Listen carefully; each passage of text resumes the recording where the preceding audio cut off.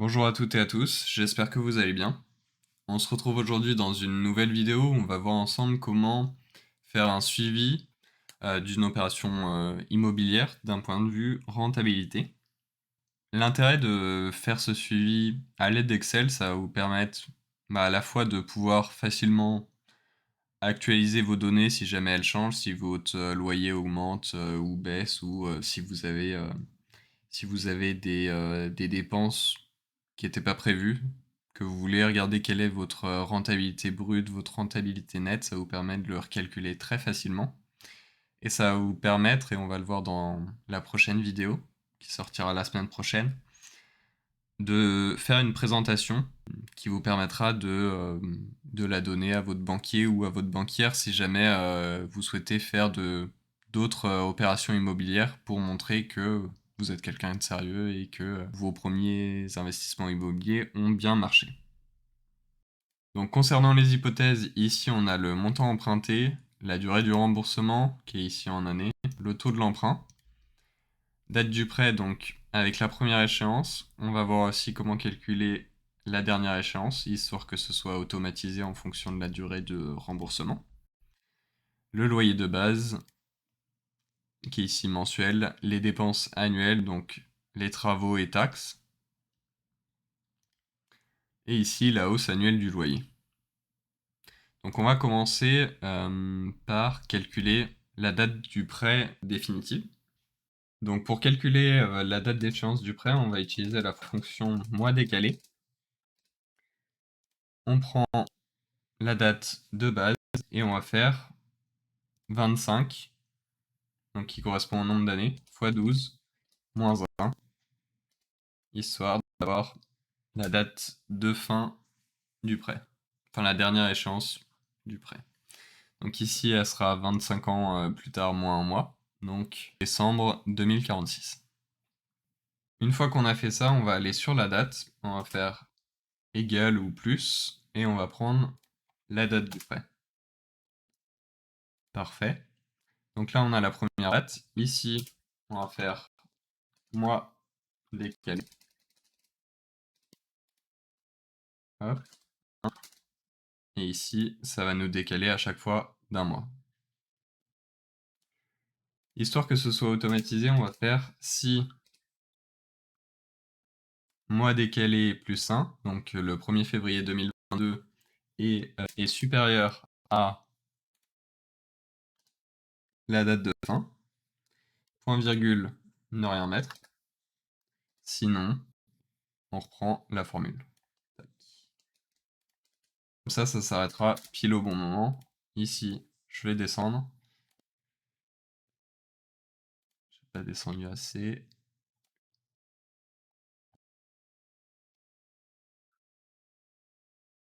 Donc là, on voit bien que ça s'arrête ici. Par contre, on a des valeurs en dessous. Donc, on va revenir tout en haut. Et on va faire si ça, donc si le mois d'avant, la date d'avant, est égal à rien, point virgule rien, le reste de la formule. Parfait. Ici, on redescend jusqu'en bas. Donc, on voit bien que ça s'arrête après. On a bien les formules ici. Par contre, tac, hop, ça s'arrête bien où il faut. Donc là, je vais juste supprimer un petit peu ce qu'il y a en trop. J'en laisse quand même.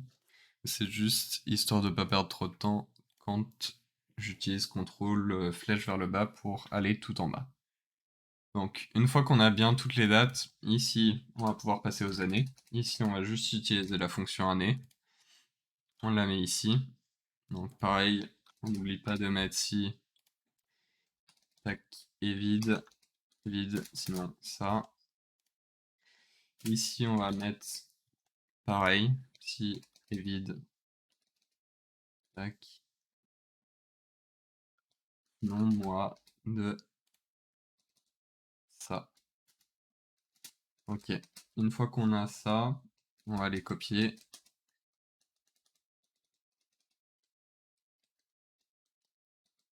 Hop, on les recolle.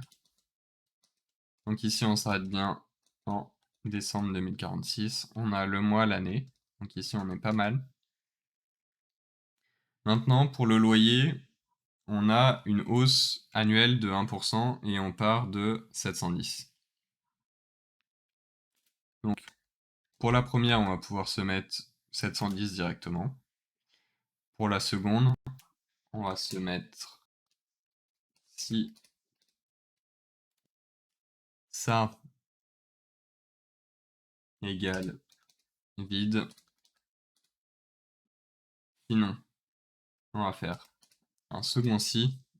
Donc, si l'année du mois en cours est supérieure à l'année qui est juste au-dessus, point virgule, le loyer fois, entre parenthèses, 1 plus la hausse annuelle du loyer. Sinon, ce sera juste le loyer du mois précédent. Parfait.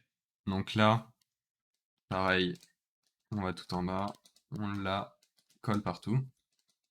Ici, j'ai dû oublier de figer B9. Donc je le fige. Et je double-clique, histoire de descendre tous les loyers.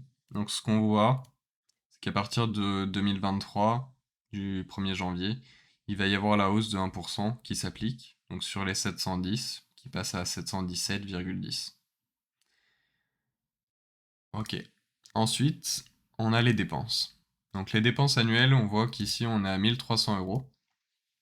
Donc ici, ça va être assez simple. Je vais juste reprendre le début de la formule qui va nous servir pour quasiment toutes les formules. Donc, 6, 13, tac, tac, tac. Je vais figer le C et je vais la mettre partout. Ok. Donc les dépenses, ça va juste être les 1300 divisé par 12, puisque ce sont les dépenses prévisionnelles annuelles. Donc là, on pense bien à figer et on les divise par 12. Donc pour les intérêts, ça va être la valeur résiduelle du prêt fois les 2%, divisé par 12. Pour l'assurance du prêt, ça va être la même chose.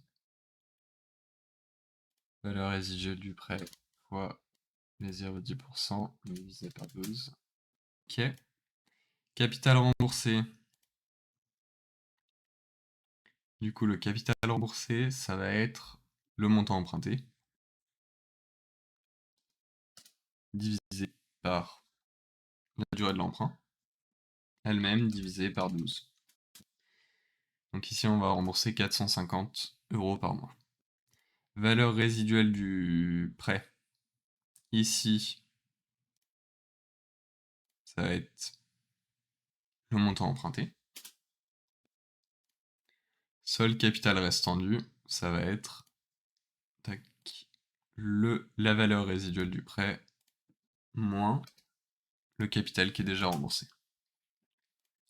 Bénéfice net, ici, ça va être le loyer moins la somme des dépenses, intérêts et assurance prêt. Et capital remboursé, pardon. Hop. Donc le rendement brut, ça va être votre loyer divisé par le montant emprunté divisé par 12, histoire de le remettre au mois.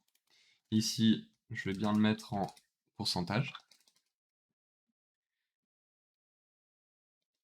Hop, je mets 2 décimales.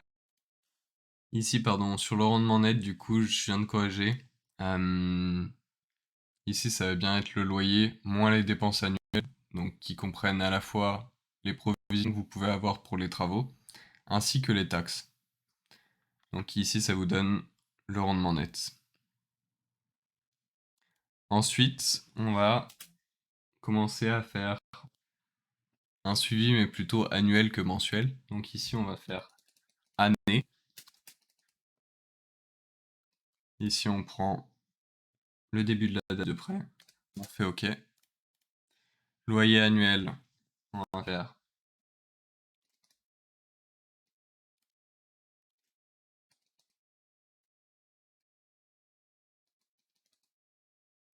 la même chose qu'on a fait sur la partie de gauche et on va faire un somme-ci.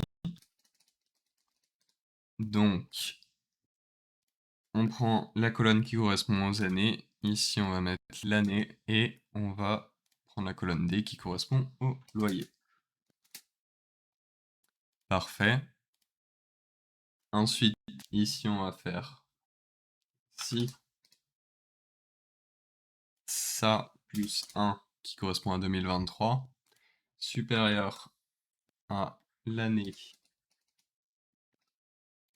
de notre date d'échéance. On ne met rien, sinon on met juste P14 plus 1 qui correspond à 2023. Ok, donc là, touc.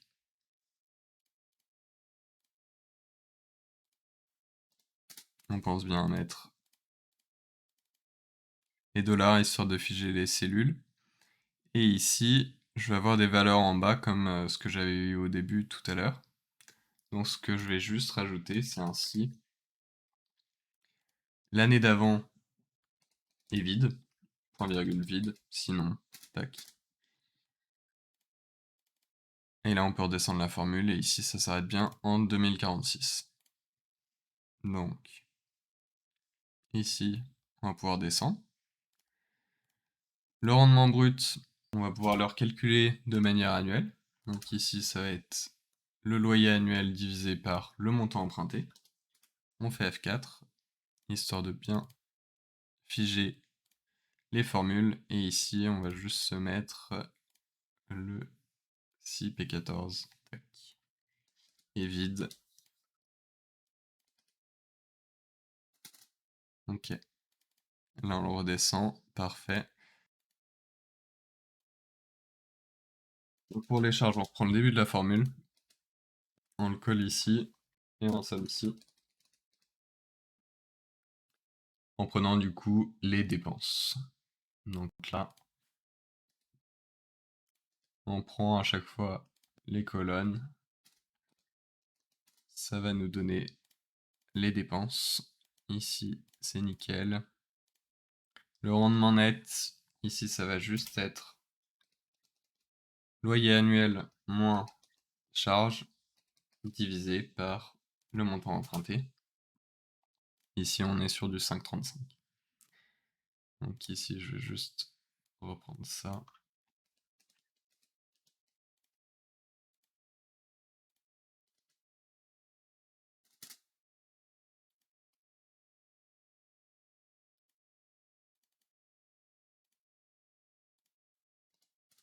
Ne pas oublier de figer.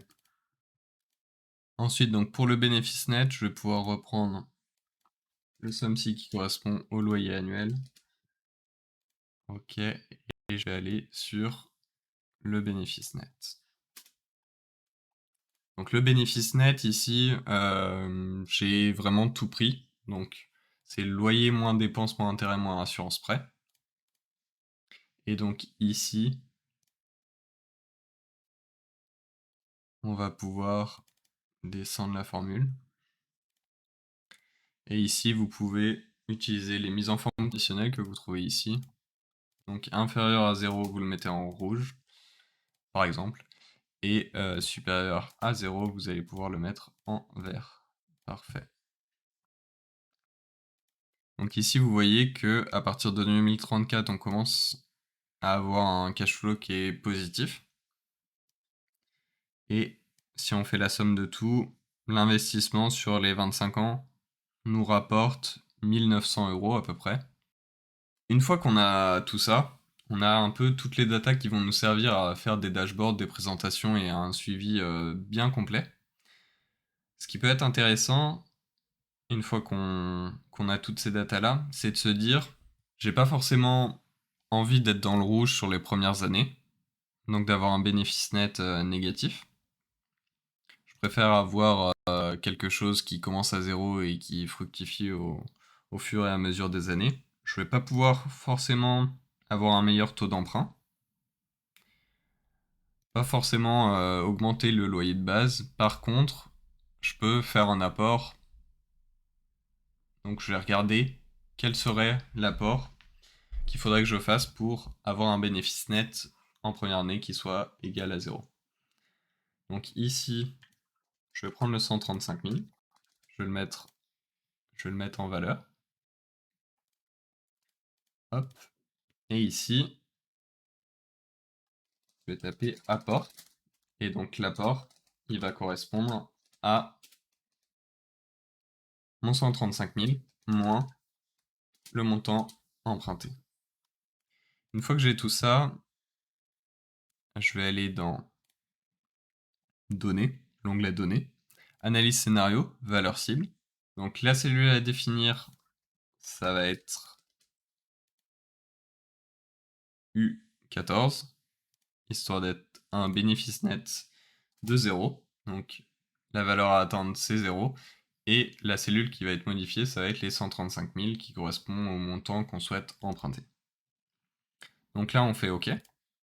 Ici, on voit que finalement, ça va pas être 135 000, mais ça va être 118 000 à peu près. Donc ici, il nous faudra un apport de 17 000 € pour avoir un cash flow qui est flat, donc à 0 sur la première année, et avoir des cash flows qui sont positifs à partir de la deuxième année.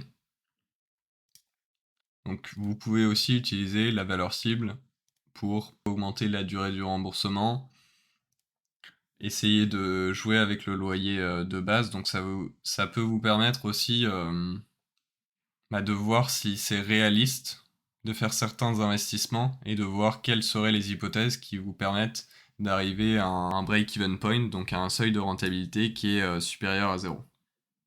Donc j'ai testé ici de faire une vidéo un peu plus longue. J'espère que je vous ai pas perdu. N'hésitez pas à la liker, à la commenter si vous l'avez aimé. N'hésitez pas à la partager aussi. Si vous avez des questions, n'hésitez pas à utiliser l'espace commentaire pour ça. La semaine prochaine, du coup, on verra comment passer sur la partie plus présentation. Le côté un peu plus dashboard qui va vous permettre de présenter quels sont vos chiffres, de suivre l'évolution de vos investissements. D'ici là, je vous dis à très vite. Allez, ciao!